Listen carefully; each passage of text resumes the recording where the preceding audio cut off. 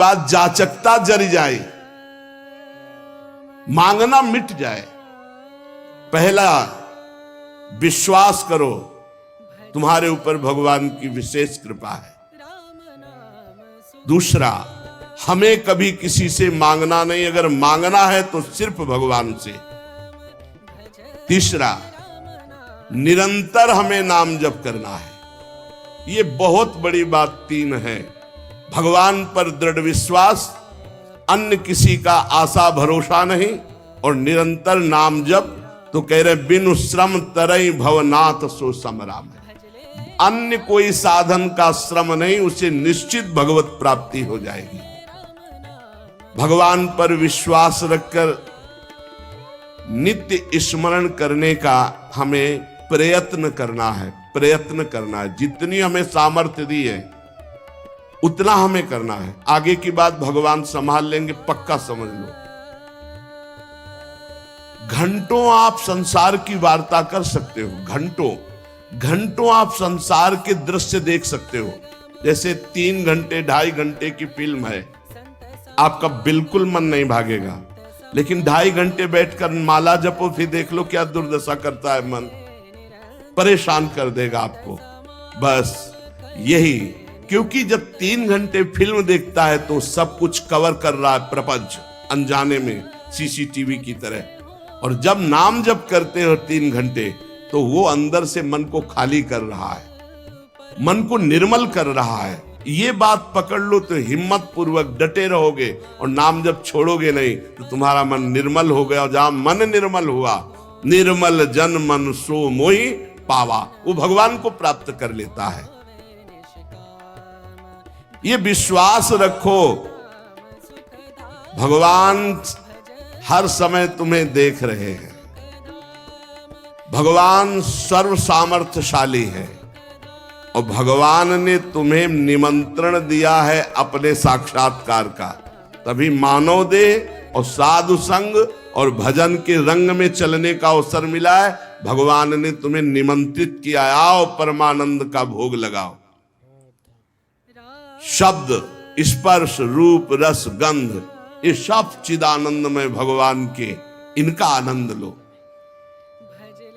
जब भगवान ने निमंत्रण कर ही दिया है तुम्हें, और पंगत में बैठाल दिया, ये पंगत में बैठे हो, परमानंद की भोग वृत्ति, परमानंद का भोग लगकर तुम्हें प्रसाद मिलेगा।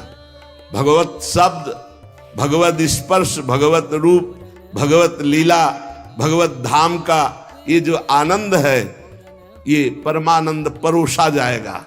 आप पंगत में बैठ गए। कोई धर्मात्मा पुरुष जब तुम्हें पंगत में बैठालता है, पत्तल दोना डाल देता है, तो इसके बाद तुम्हें उबने की जरूरत नहीं, सामान भी आएगा। वो ऐसा कंजूस नहीं कि पत्तल दोना डाल के उठा दे और भगा दे।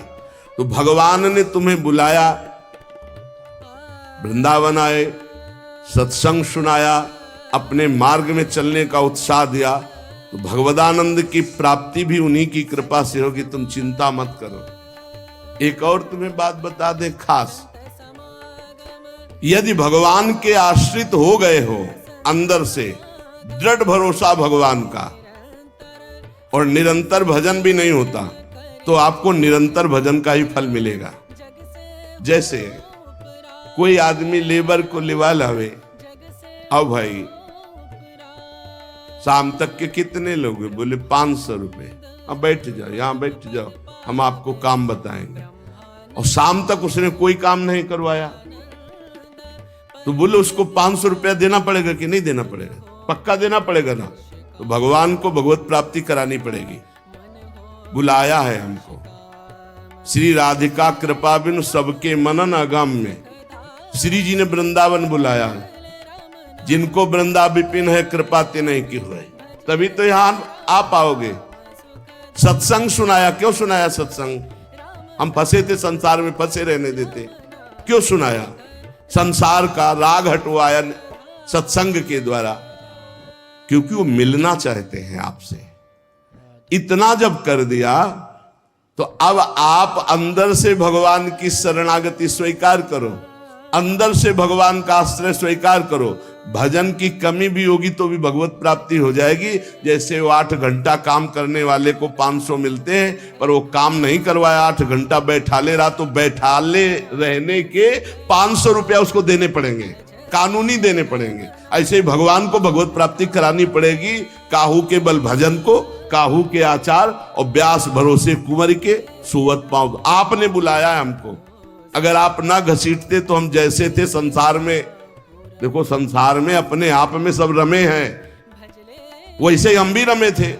आपने घसीटा, जब आपने घसीटा तो भगवत प्राप्ति आपको करानी ही पड़ेगी।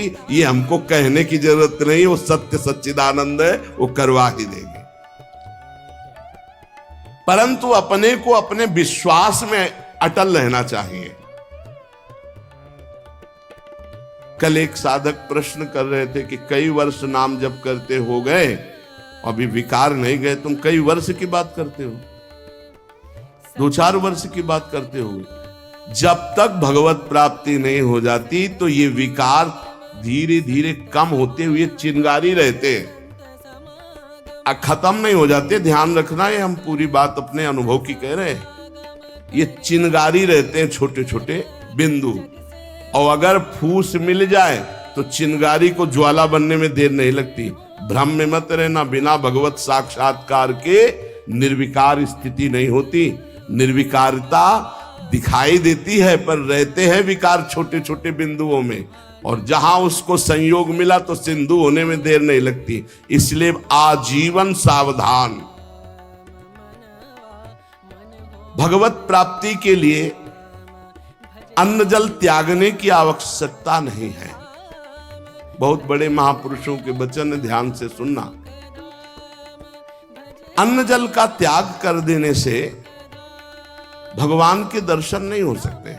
अगर होते होते चलो भाई अन्न जल का त्याग कर दो तो भगवान मिल जाए, ऐसा नहीं है।